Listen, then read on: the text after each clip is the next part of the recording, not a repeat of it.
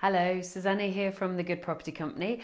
Now, I'm here to talk about when you don't need to spend money straight away. So, for those of you that are in property and have been in property for a while, you know that property swallows money. It's like a cookie eating monster, and your money just disappears into properties for a while before it gets recycled and put back out.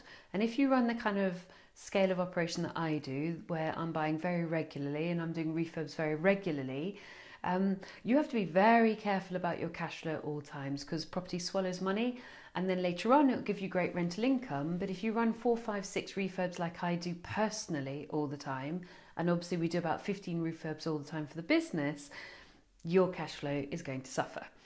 Beans on toast. So here's another way of doing things. This is a house that we're now renovating, and as you can see, we've already got furniture in the house. And what we did here was, this was a house that was one of Ash's early ones actually. I bought about three and a half years ago for something like 160 or 162,500.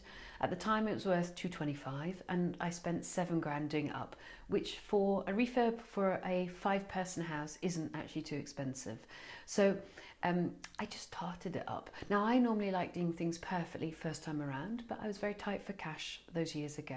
So 7 grand refurb, got it rented out, and I've rented it out for 4 years.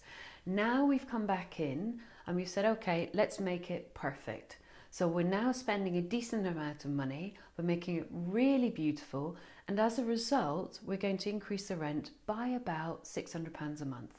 So that's, 7,000 something or other per year, over 6,000 a year anyway. But that's because sometimes you might want to do a small refurb to start with.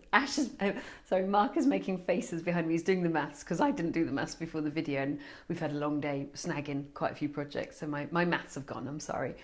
Sometimes, not frequently, but sometimes you might want to say, I'm going to buy it, I'm going to bank the discount that I've bought, because of course you bought it discounted. I'm going to do the minimum refurb acceptable, and I'm going to run it as an operation until I've got a large amount of cash to refurbish properly and then refinance.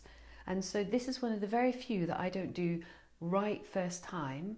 Went in, small amount of money, got tenanted, ran it for 3 or 4 years, and now we're refurbing and we've increased the rent significantly. So there's 2 ways of doing things. You don't always need to, which I always assume I do a perfect refurb first time around. See you soon.